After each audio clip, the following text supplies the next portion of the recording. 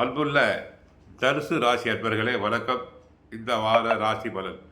தனுசு ராசினருக்கு 3 சூரியன் சனி, 4 ராகு புதன் சுக்கிரன், 6ஆம் இடத்தில் குரு, 7 செவ்வாய், 10 கேது பகவான் இருக்கிறார்.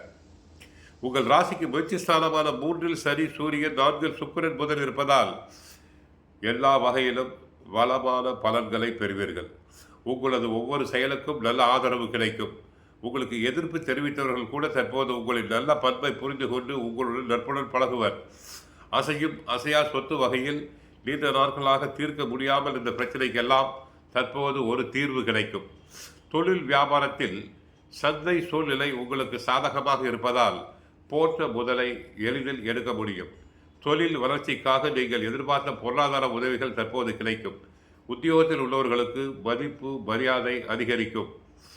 பணியில் நிம்மதியுடன் செயல்பட முடியும். மாணவியர்கள் கடந்த காலங்களில் இருந்து வந்த தேக்க நிலை தற்போது மறைந்து படிப்பில் சிறந்த விளங்கக்கூடிய காலம். அதிக மதிப்பெண்களை பெறுவர். போட்டித் தேர்வுகளில் வெற்றி பெறலாம்.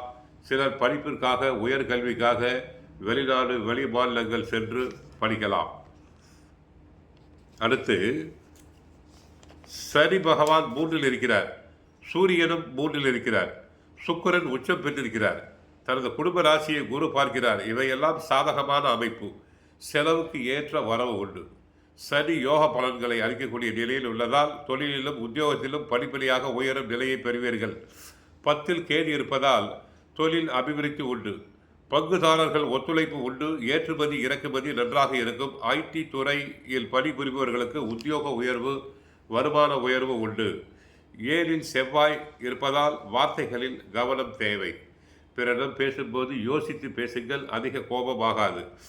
எடுத்தெறிந்து பேசி மனம் வருத்தப்படும்படியான சம்பவங்கள் நடைபெறலாம். தாயாரின் உடல்நிலையில் கவனம் தேவை.